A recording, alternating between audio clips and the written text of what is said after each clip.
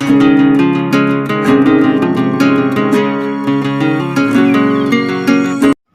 Evening my all viewers, I am Anupriya and welcome back to Touch English. Models चल रहे हैं हमारे, और मैंने लास्ट वीडियो में आपको विल और वुड के बारे में बता दिया था। आज हम नेक्स्ट मॉडल के बारे में पढ़ेंगे, जो कि है मस्ट। मस्ट हो, ऑट टू हो, शुड हो, इनका हिंदी मीनिंग होता है चाहिए, लेकिन इनमें डिफरेंस होता है। जब हम बोलते हैं आपको डॉक्टर को दिखाना चाहिए, तुम्हें बड़ों की आज्ञा का पालन करना चाहिए, या आपको रोड के रूल्स का मतलब पालन करना चाहिए, तो किस कंडीशन में हम अलग अलग चाहिए का यूज़ करते हैं वो आज हम देखेंगे। जितना इजी हो सकेगा मैं कोशिश करूँगी समझाने का। शुरू करते हैं मॉडल्स हमारा, जो कि है must. Must use for saying that it is necessary that something happens, a thing that you strongly recommend.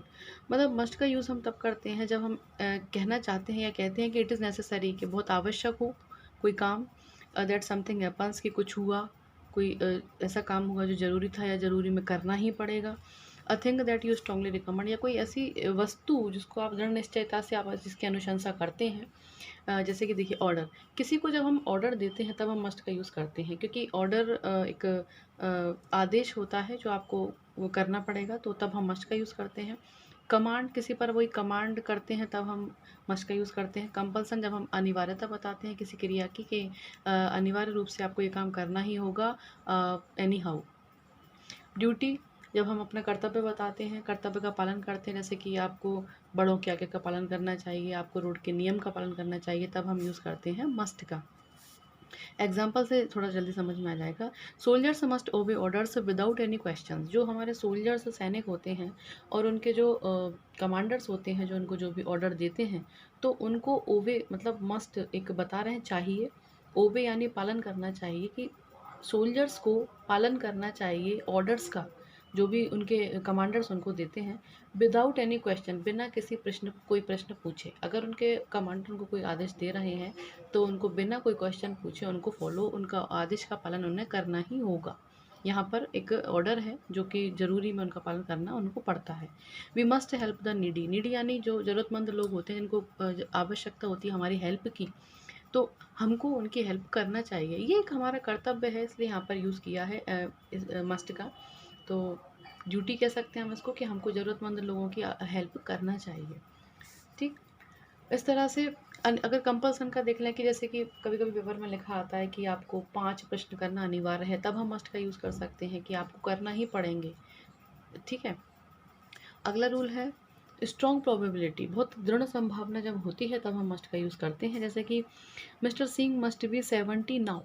हम उनकी उम्र को बता रहे हैं, जो हम बहुत हद तक हमको लग रहा है कि हम सही हैं, हम संभावना, बहुत दृढ़ संभावना बता रहे हैं कि वो 70 के आसपास वो होंगे, तब हम यूज़ करते हैं कि mister Singh must be 70 now. Mister Singh को 70 का होना चाहिए। ठीक है। ही मस्ट बी जोकिंग, किसी को किसी की बात का बुरा लगा या मजाक का कोई बात बुरी लग गई है, तो हम उसको समझा रहे हैं कि बुरा मत मानो यार, ही मस्ट बी जोकिंग। हो सकता है वो मजाक कर रहा हो, मतलब बहुत ज़्यादा संभावना है कि उसने मजाक ही किया है, लेकिन सामने वाले को बात बुरी लग गई। They must be hungry after their long journey.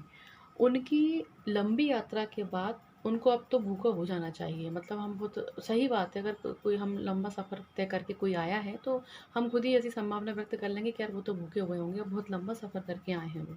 तो जहाँ पर बहुत स्ट्रॉन्ग संभावना है, तो वहाँ पर हम मस्ट का यूज़ करते हैं। There is no past tense of must. Must का कोई पास्ट टेंस नहीं होता है, कोई पास्ट फॉर्म नहीं होती है। जैसे कि कैन की कुड थी, विल की वुड थी, शैल की शुड थी, तो यहाँ मस्ट की कोई पास्ट फॉर्म नहीं होती है।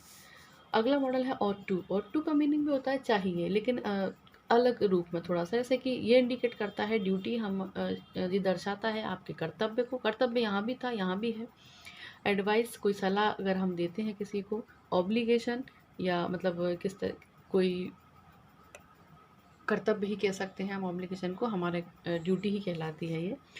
जैसे कि मॉरल ड्यूटी, नैतिक जो हमारा कर्तव्य है, जैसे कि we ought to respect our parents. हमें हमारे माता पिता की आज्ञा का पालन करना चाहिए, या उनका सम्मान करना चाहिए। ये एक हमारी ड्यूटी है जो सभी को निभाना चाहिए। एडवाइस, कोई सलाह है कि you ought to read this book, तुम्हें ये बुक पढ़ना चाहिए। तो ये जनरल हम सलाह दे रहे हैं, सामने वाले का मन हो तो पढ़े, नहीं हो तो ना पढ़े, लेकिन हमने एक जनरल सलाह दी थी कि बुक बहुत अच्छी है, तुम्हें एक बार पढ़ना चाहिए, तुम्हें ये बुक पढ़ना चाहिए। ऑब्लिगेशन देख लेते हैं कि we ought to work for the welfare of the nation, हमें हमारे राष्ट्र के भले के लिए काम करते रहना चाहिए, ये हमारा कर्तव्य है। तो इस तरह से जब हम मोट टू का यूज़ करते हैं।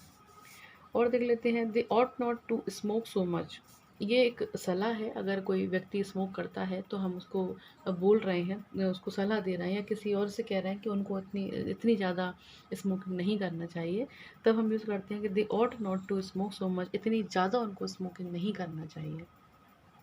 She ought to talk the senior in such manner, कोई लड़की के लिए बोला जा रहा है ये बात कि शी ऑट टू टॉक, उसको बात करना चाहिए अपने सीनियर से इस तरह से, उसके उसका ढंग बता रहे हैं कि उसको अपने सीनियर्स से किस ढंग से बात करना चाहिए।